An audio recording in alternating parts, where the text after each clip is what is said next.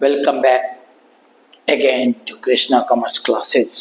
हम आज इस क्लास में डिस्कस करेंगे 11th क्लास के लिए बिजनेस स्टडीज से बेसिक चैप्टर 1, जिसका नाम है nature and purpose of business. ऐसा सब्जेक्ट, ऐसा विषय वस्तु जिसके अंतर्गत बिजनेस का स्टडी किया जाए, व्यवसाय का अध्ययन किया जाए, उसे हम व्यावसायिक अध्ययन कहते हैं।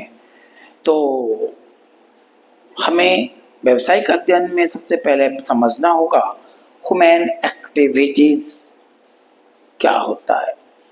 Human activities, the activities done by human beings is known as human activities.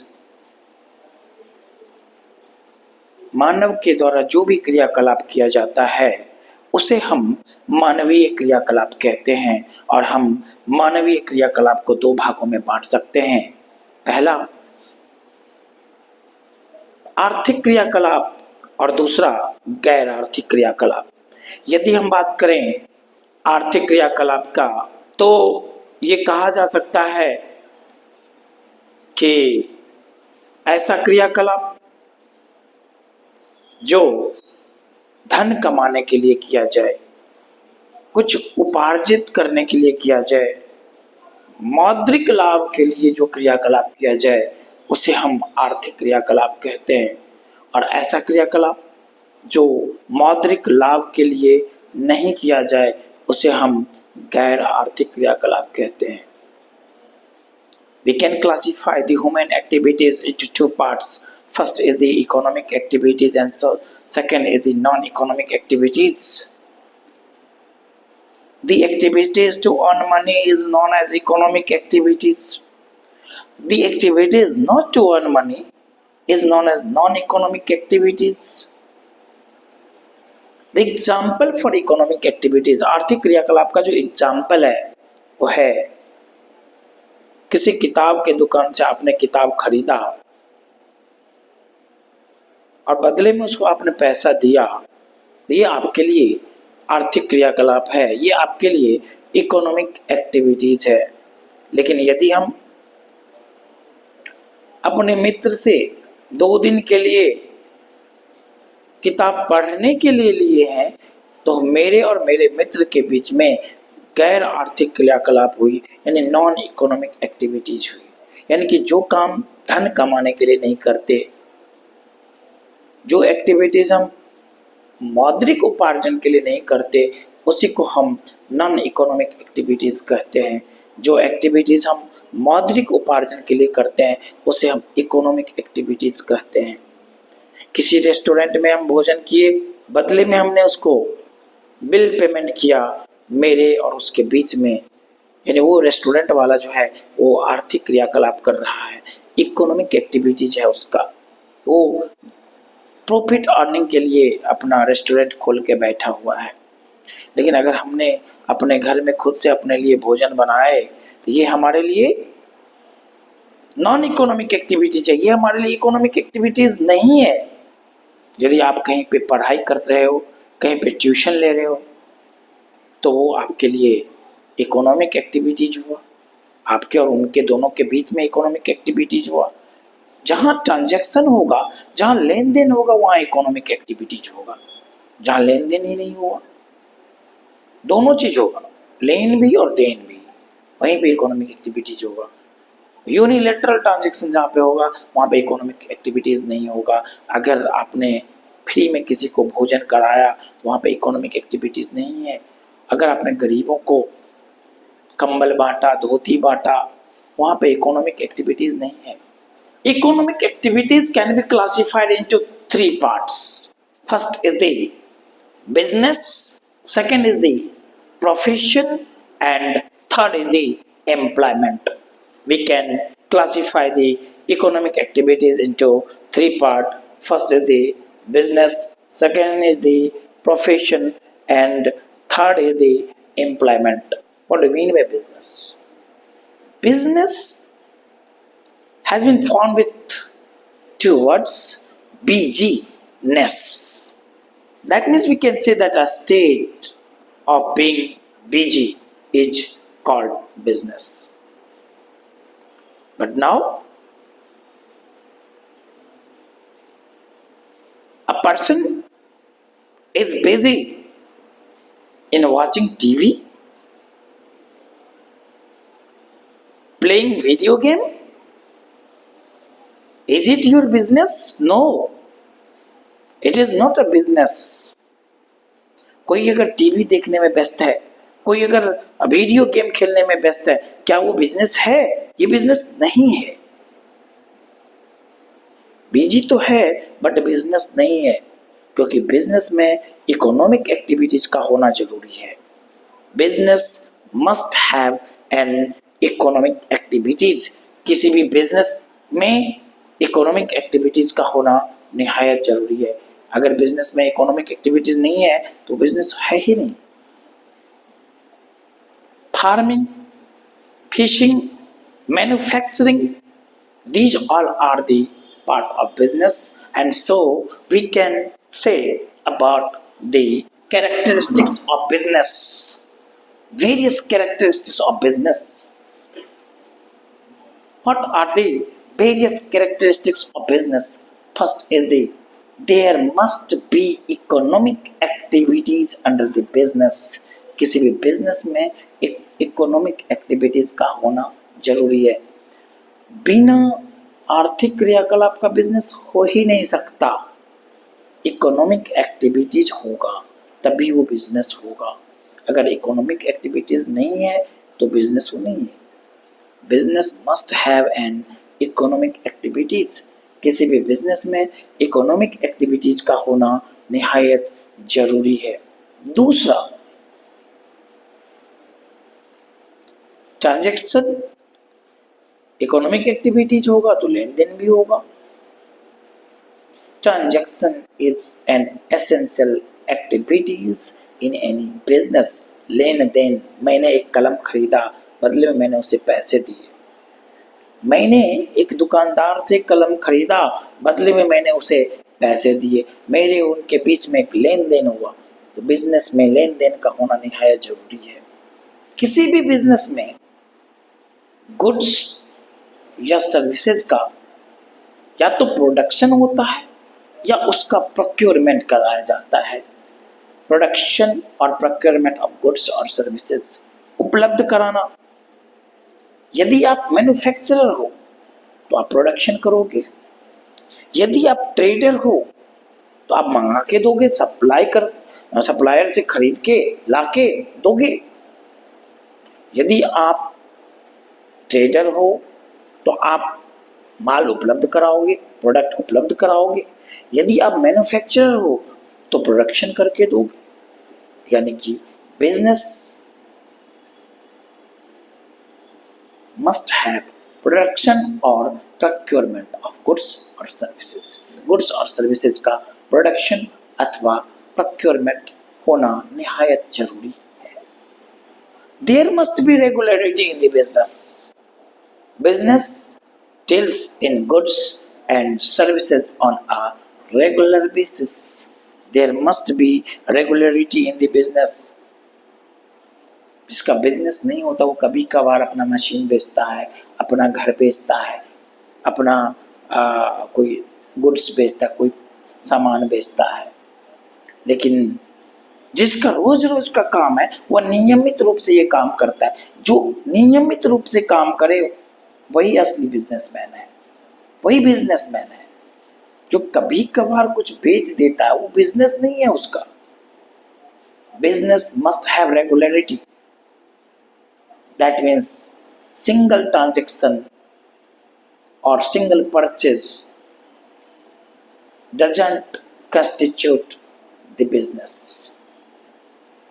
साल में 2 साल में एक कोई लेन देन किया, कोई चीज खरीदा और फिर उसको बेच दिया, वो बिजनेस नहीं है। बिजनेस में तो रेगुलरिटी चाहिए।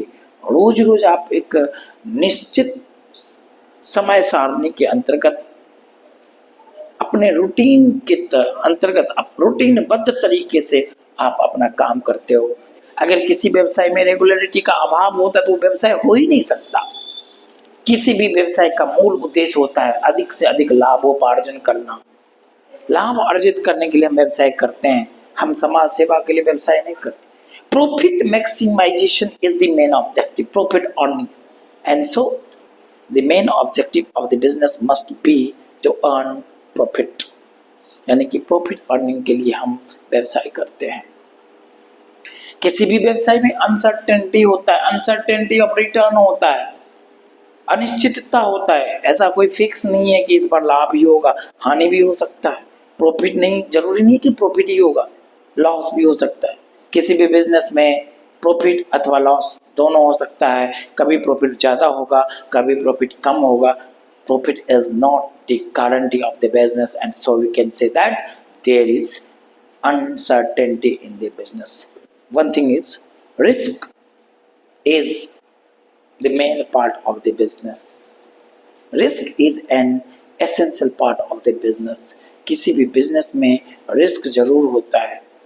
higher the risk return, lower the risk, lower the return. Business में आप जितना ज़्यादा रिस्क लेंगे उतना ज़्यादा रिटर्न मिलेगा, जितना कम रिस्क लेंगे उतना कम रिटर्न मिलेगा। कोई भी बिजनेस ऐसा नहीं है जिसमें रिस्क ना हो, सभी बिजनेस में रिस्क होता है, किसी में कम किसी में अधिक। रिस्क किसे कहते हैं? Possibility of loss is called risk. किसी भी व्यवसाय में जो लॉस की संभावनाएं होती है उसे हम रिस्क कहते हैं। किसी बिजनेस में कम रिस्क होता है तो किसी बिजनेस में अधिक रिस्क होता है। किसी बिजनेस में कम रिस्क होता है तो किसी बिजनेस में अधिक रिस्क होता है। डिपेंड करता है nature and size of the business. हम आगे बात करें profession. What do mean by profession? एक ऐसा व्यक्तिगत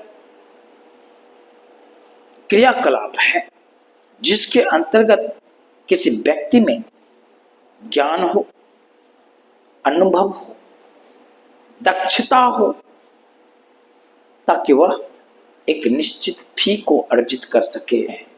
बिजनेस में हम प्रॉफिट अर्जित करते हैं, जबकि एक प्रोफेशन के अंतर्गत हम शुल्क अर्जित करते हैं, फी अर्जित करते हैं। प्रोफेशन को हिंदी में बोलते हैं पेशा। Specialised knowledge in individual in any particular field. Specialised knowledge, skill and experience in individual in any particular area, particular field is called profession. किसी भी व्यक्ति विशेष में अगर किसी खास क्षेत्र में विशिष्ट ज्ञान, दक्षता और अनुभव होता है तो उसी को कहते हैं पेशेवर। एक पेशेवर व्यक्ति को फी चाहिए। अगर कैरेक्टरिस्टिक्स ऑफ प्रोफेशन के बारे में चर्चा करें कि एक पेशा का क्या विशेषता होता है, तो ये कहा जा सकता है कि every profession has a systematized body of knowledge which can be learned through instructions. प्रत्येक पेशा में एक सिस्टमैटिक बॉडी ऑफ नॉलेज होना चाहिए जो एक निश्चित इंस्ट्रक्शन के अंतर्गत लर्न किया जाए। चार्टर अकाउंटेंसी एक पेशा है, कंपनी सेक्रेटरी पेशा है, वकालत, डॉक्टरी एक पेशा है, वकालत एक पेशा है।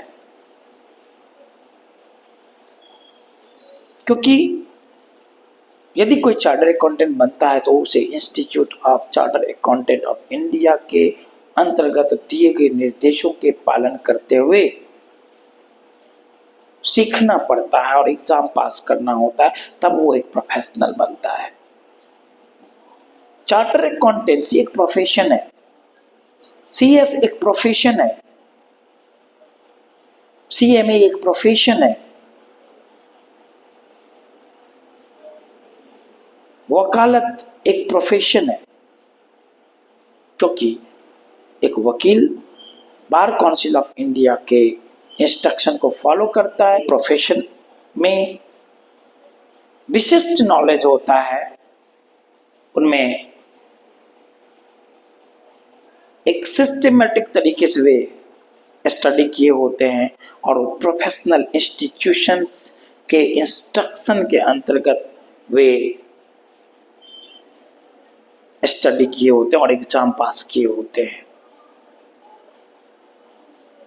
एक प्रोफेशन में रेस्ट्रिक्टेड एंट्री है, हर कोई सीए नहीं हो सकता क्योंकि उन्हें एग्जाम पास करना पड़ेगा और एग्जाम पास करने के लिए पढ़ना पड़ेगा। हर कोई सीएस नहीं हो सकता, हर कोई एडवोकेट नहीं हो सकता, हर कोई डॉक्टर नहीं हो सकता। उन्हें कोई स्पेशल एग्जाम पास करना होगा और उस इंस्टीट्यूशंस के इंस्ट्रक्शन को फॉलो करना पड़ेगा। इसलिए कहा जा सकता है कि एक प्रोफेशन के अंतर्गत रेस्ट्रिक्टेड एंट्री होता है। प्रोफेशनल एसोसिएशन, जैसा कि मैंने पहले ही कहा कि एक प्रोफेशन में एक जो प्रोफेशनल होता है किसी न किसी प्रोफेशनल इंस्टीट्यूशंस के अंतर्गत आता है।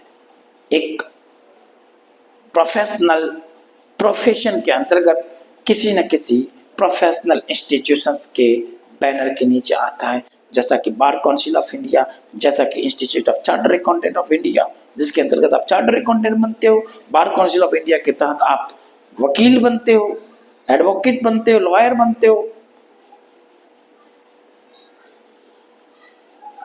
तो ये एक प्रोफेशनल इंस्टीट्यूशंस है, इनके कोड ऑफ कंडक्ट को आपको फॉलो करना होगा, तभी आप एक प्रोफेशनल होगे। यदि आप इसके कोड ऑफ कंडक्ट को फॉलो नहीं करोगे तो आपका जो लाइसेंस है, आपका जो कोड है, आपका जो आईडी है, उसको लॉक कर दिया जाएगा, कैंसिल कर दिया जाएगा, आप प्रोफेशनल नहीं रह जाओगे। यानी कि कोड ऑफ कंडक्ट को भी फॉलो करना पड़ता है। एक प्रोफेशन के अंतर्गत जो मेन ऑब्जेक्टिव होता है सर्विस मोटिव होता है। सर्विस प्रोवाइड करने के लिए ही एक प्रोफेशन के अंतर्गत सर्विस प्रोवाइड करता है, सजेशन देता है, गाइड करता है, मार्गदर्शन देता है और बदले में वो फी लेता है।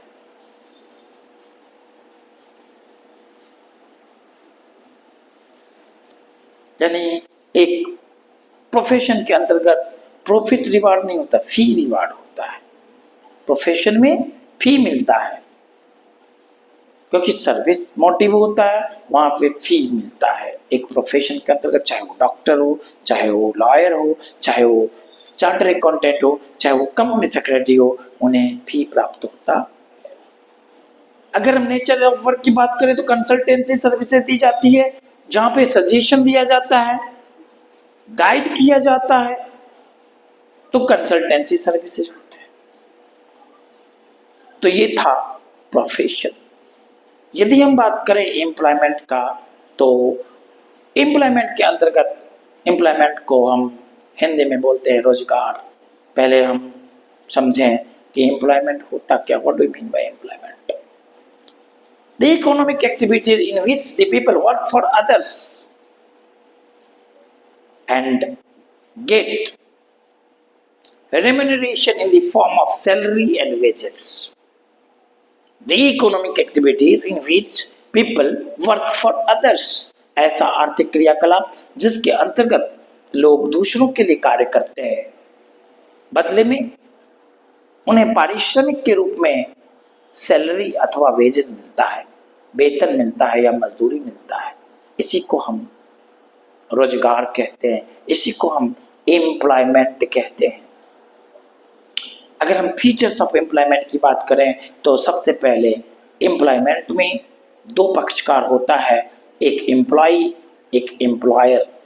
एम्प्लॉय और एम्प्लॉयर के बीच में एग्रीमेंट होता है, समझौता होता है।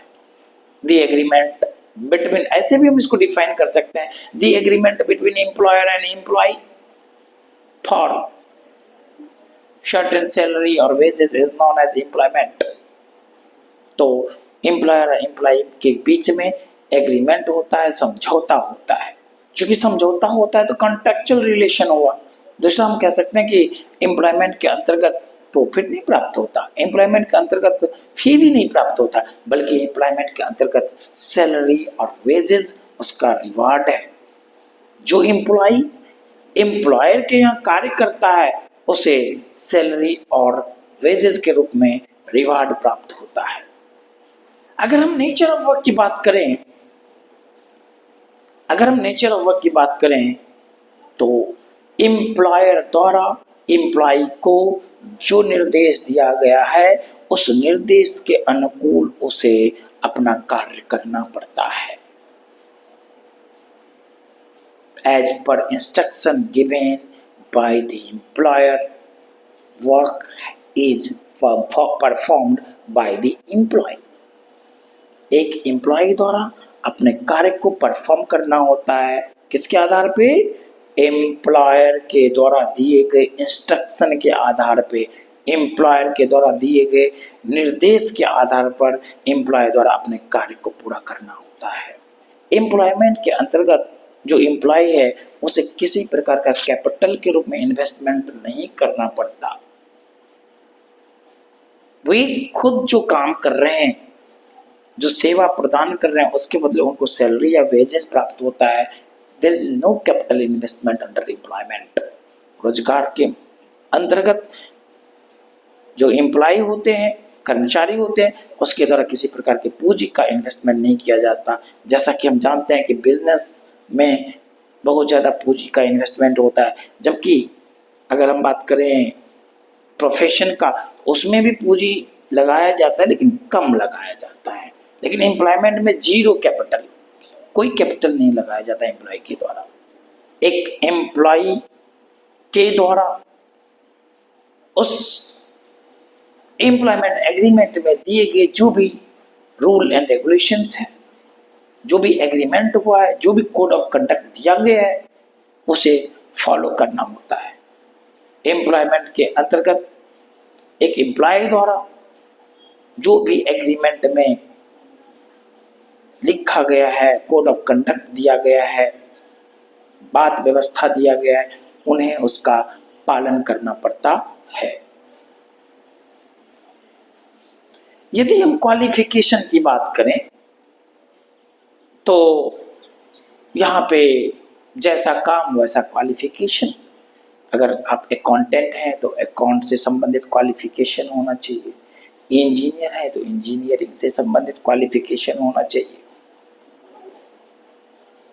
टेक्नीशियन है तो उस संबंधित काम का नॉलेज होना चाहिए जो जिसका आप टेक्नीशियन है। यानी कि यहाँ पे काम के अकॉर्डिंगली क्वालिफिकेशन घटता है अथवा बढ़ता है। जैसा काम वैसा क्वालिफिकेशन, उसी से संबंधित क्वालिफिकेशन होता है। तो ये था क्लासिफिकेशन और types of economic activities and it's explanation. Next class में हम डिस्कस करेंगे क्लासिफिकेशन ऑफ बिजनेस के बारे में। हम क्लास 11th का भी बिजनेस स्टडीज का वीडियो टाइम टू टाइम देते रहेंगे और आप लोग इसे जरूरतमंद स्टूडेंट तक शेयर जरूर करें ताकि उन तमाम स्टूडेंट्स को इससे फायदा मिल सके। धन्यवाद।